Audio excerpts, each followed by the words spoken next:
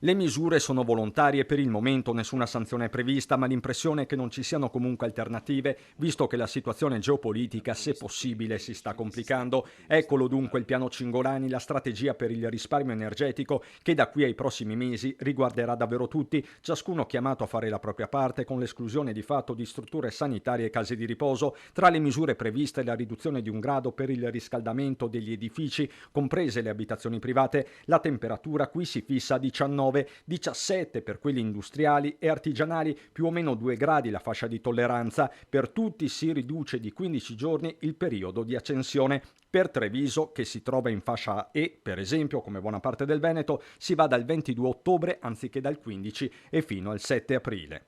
Questo è un piccolo contributo che possiamo dare nel risparmio. Certamente ci vuole anche una vigilanza perché sia praticato e questo lo rende difficile. Sta tutto nella responsabilità degli italiani e delle imprese.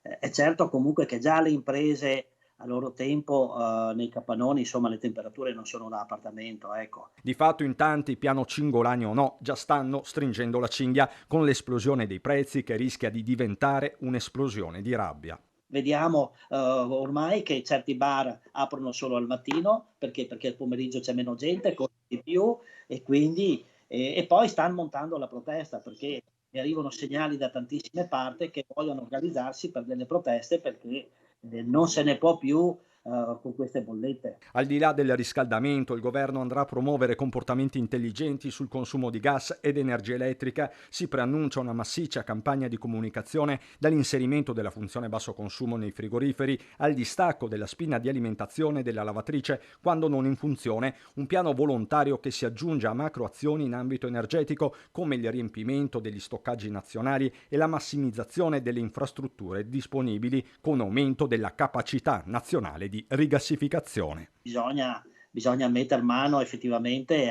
a quali che sono le condizioni che un paese industriale deve avere, certezza nei rifornimenti.